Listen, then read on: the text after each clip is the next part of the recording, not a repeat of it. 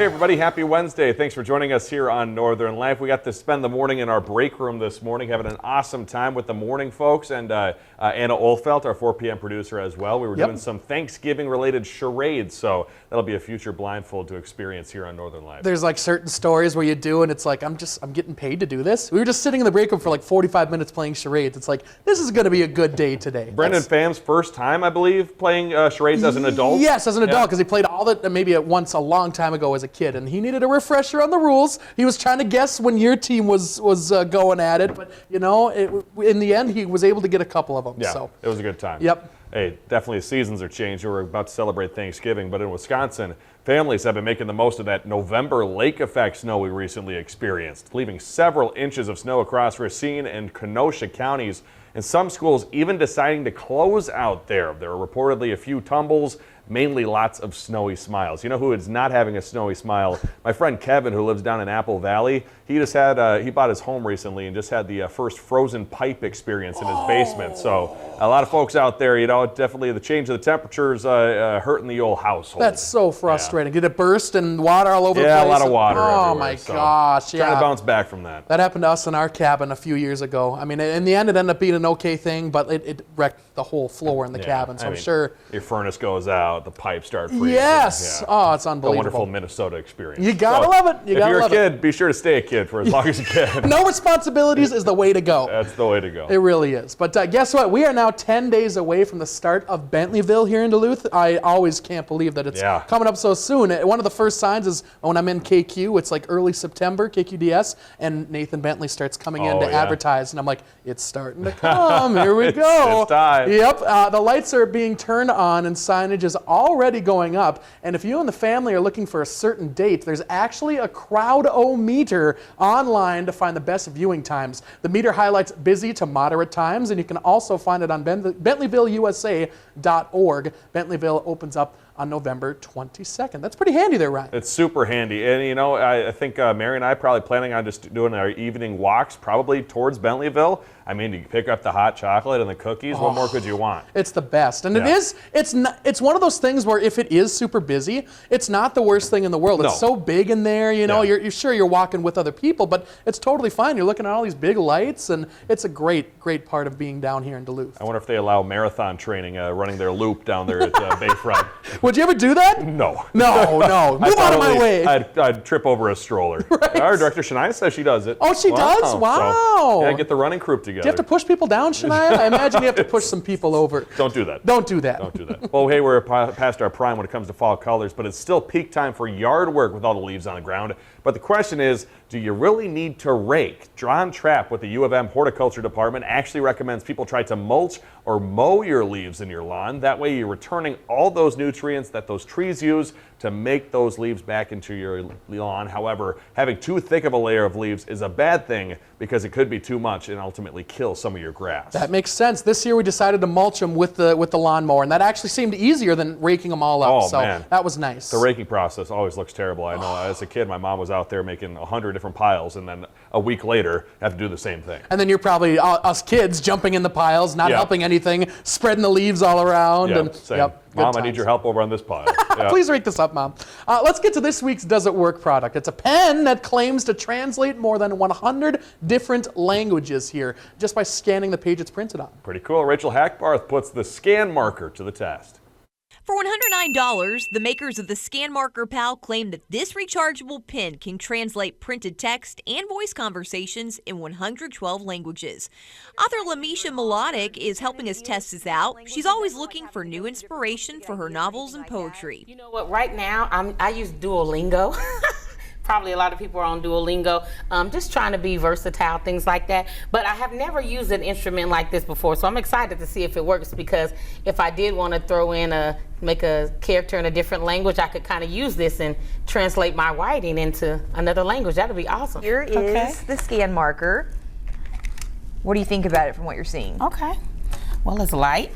It looks easy enough. The instructions say we need to hold our pen at an angle in order for it to read text aloud and translate more than 100 languages. Nigeria, Philippines. I just want regular English. So there's a little setting icon there, and you're just gonna come and you're gonna click it, okay? Once you click it, see if I can do it backwards here, it's going to ask you what language you're reading, and then you're going to select that one. And then you scroll down, and it asks you what do you want to translate it to. So since we're reading Spanish, I selected then translate it to English. After we scan the page, this is what our scan marker shows. If you connect the device to Wi-Fi and Bluetooth, you can access other functions like this. Read, translate, speak, so you can talk to it, and then the next one, export. Lamisha thinks the Scan Marker Pal works. Go to another country, all us passport holders, and get there and you can say stuff. And Do you think that would it. help if you're going to a different country? Absolutely. When you pull up, you're trying to figure out what some of the stuff says. For Does It Work, I'm Rachel Hackbarth. Scan Marker, I do apologize, but I feel like today's smartphones could do exactly that, and you could save the $109. Because you're going to buy the smartphone anyway. You already have that tool in. I use it with Kayla all the time. I'll just translate like what she's saying into Spanish just for fun, just to see what she's saying. It's kind of cool. Yeah. Cool to have that technology at your fingertips. I don't know why I do it, but I learned with Mary. Mary has one of those Apple watches, the smart watches, and so there's an app on the watch so you can talk into it, and it would translate to Spanish for you. Really? Yeah, and we were in Mexico one time when we were on the golf course, and we were with someone who only spoke Spanish, and we only spoke English, and they pulled out their phone and talked into it and then turned it into English. So Scan Marker might be out of business in here. a situation where you might even hire a translator, you can just do it all on your watch. Right. That's crazy. Today's technology. Coming up, we're talking about an event free this weekend in Chisholm, Minnesota. We'll see you in a bit.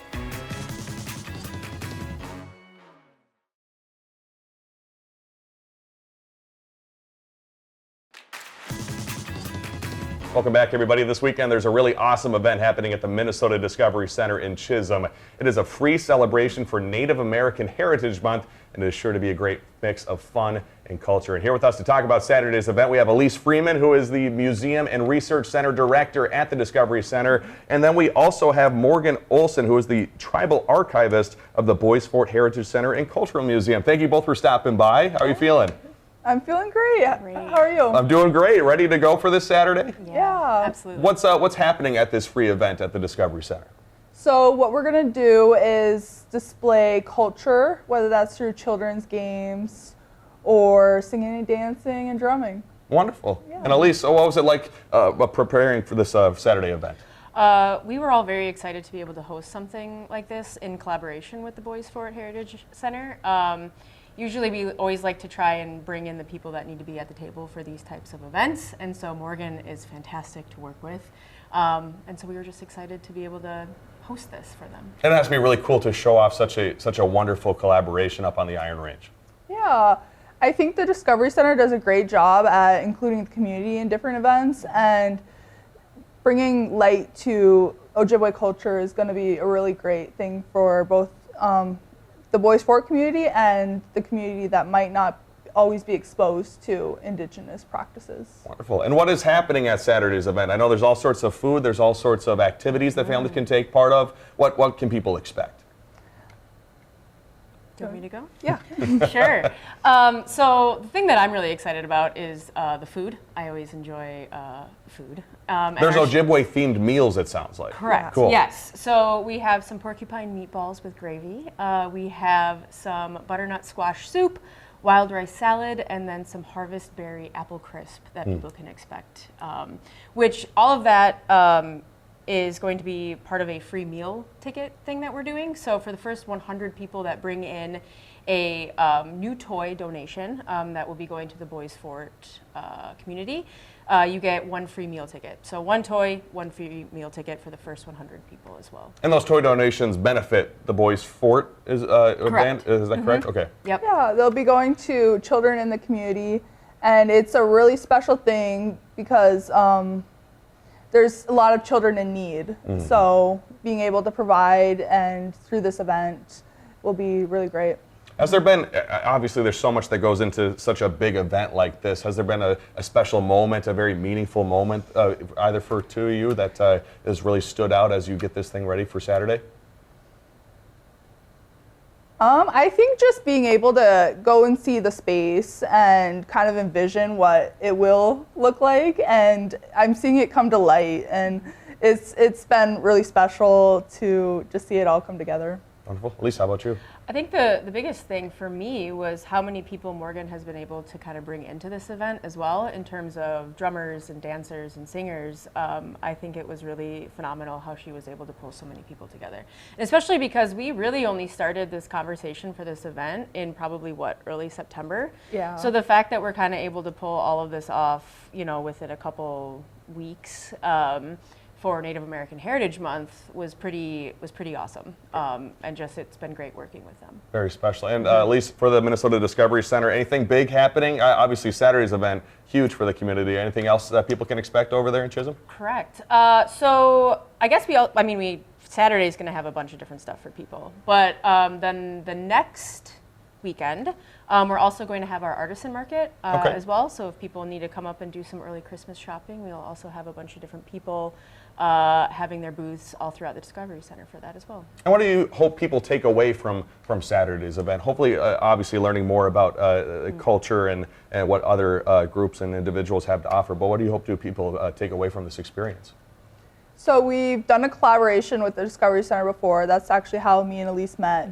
But it was get to know your neighbor. And I think that has a powerful message that even extends to Saturday's event. It's a way for people to get to experience Ojibwe culture and different practices in a family-friendly environment. Wonderful. Elise? As someone who obviously is not Native, but who has attended powwows, just the whole experience itself is incredibly emotive, and I just want people who might not have ever experienced something like that to come and enjoy it, and just I don't know, let it all kind of wash over you and experience it, because it's truly something very beautiful. Wonderful. Is there one thing you're definitely looking forward to on Saturday that you need to attend, you need to see? The food. The food. Yeah, the porcupine balls. I've never had porcupine balls before, but I'm so excited. Yeah. If people aren't able to attend Saturday for whatever reason, are there other ways that they can get in touch with the Boys Fort? Yeah, the Heritage Center is always a great place to come experience Ojibwe history and culture. We're very welcoming. We do tours, and we do different activities as well, which you can find on our Facebook. Wonderful. Well, we have Elise Freeman, we have Morgan Olson. Thank you both for being here. Looking forward to Saturday's event, which is the Native American Heritage Month celebration, happening this Saturday at the Discovery Center in Chisholm from 10 to 5, completely free to the community. You can also find more info at mndiscovery.org. Stick around, we're going to have more to share when we come back after the break here on Northern Life.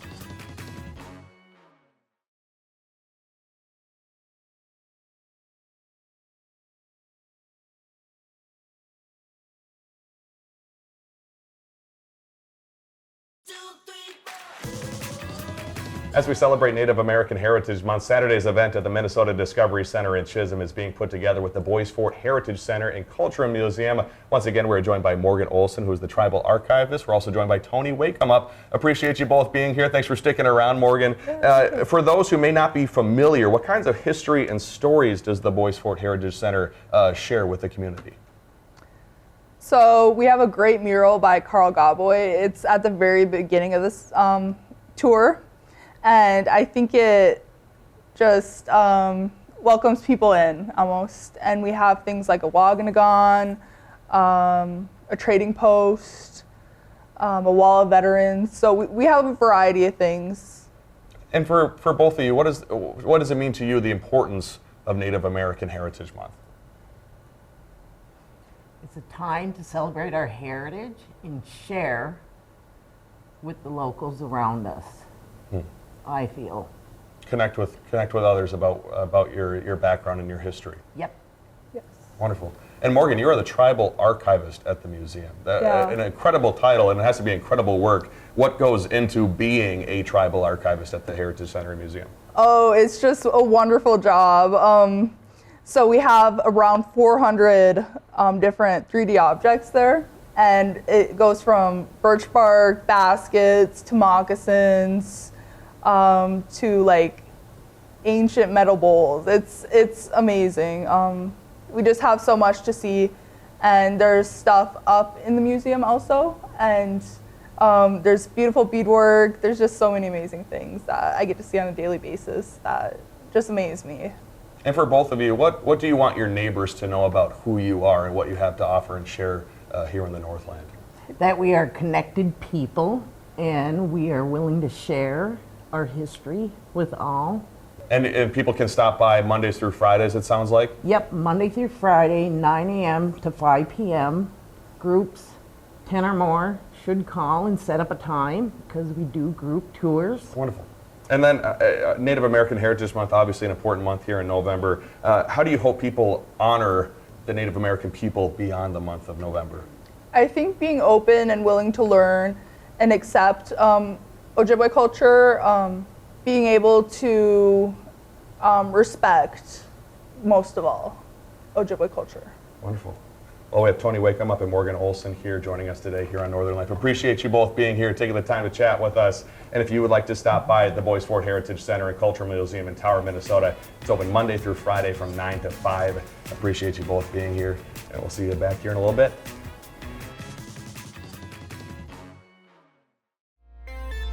There's so much to discover at the Minnesota Discovery Center. Step into the stories of the Iron Range, past, present, and future. Explore exhibits on mining, immigration, and more.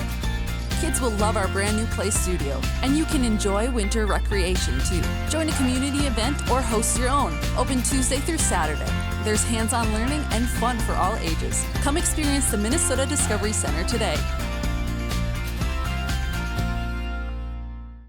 November 10th, 1975, the tragic sinking of the Edmund Fitzgerald. 50 years later, Discover Wisconsin and Discover Media Works revisit the legend and the legacy that still echoes across the Great Lakes. We deep dive how one storm changed everything. The 50-year mystery of the Edmund Fitzgerald. Watch the encore presentations November 15th and 16th on Northern News Now.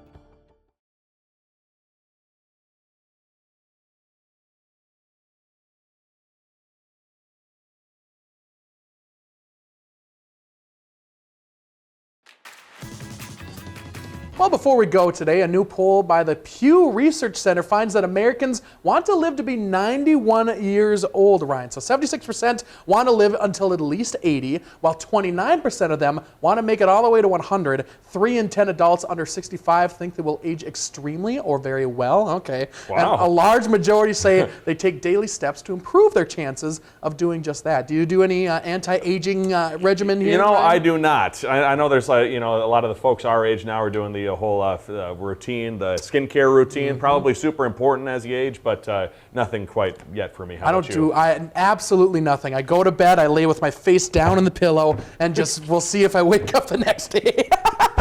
That's a little rough. No. I don't do anything to extend my life. Anything out there? Oh, no. That's wrong. No.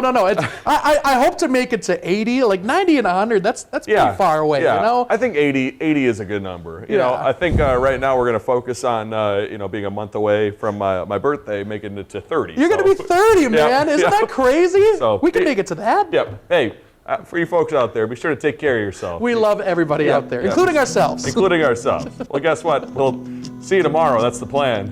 Wishing you a great rest of your Wednesday. Find some time to throw a line, or just head outside to unwind. That's the life in the great North Woods. Hike or bike, whatever you like. Get out in the day, enjoy the night. Yeah, we got the life in the great North Woods. Yeah, we got the life in the great North Woods. Yeah, this is Northern Life.